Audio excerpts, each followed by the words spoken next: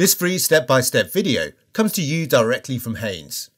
You can complete more than 200 jobs on this vehicle when you purchase the complete Haynes online manual at haynes.com.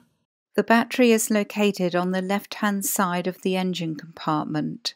Rotate the fastener 90 degrees and unclip the cover over the battery.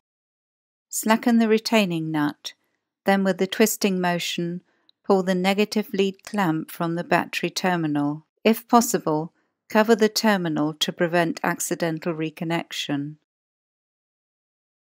Uncover the battery terminal, then locate the negative lead clamp over the terminal and press it down firmly. Tighten the clamp retaining nut. Maneuver the cover into place, then rotate the fastener 90 degrees to secure it.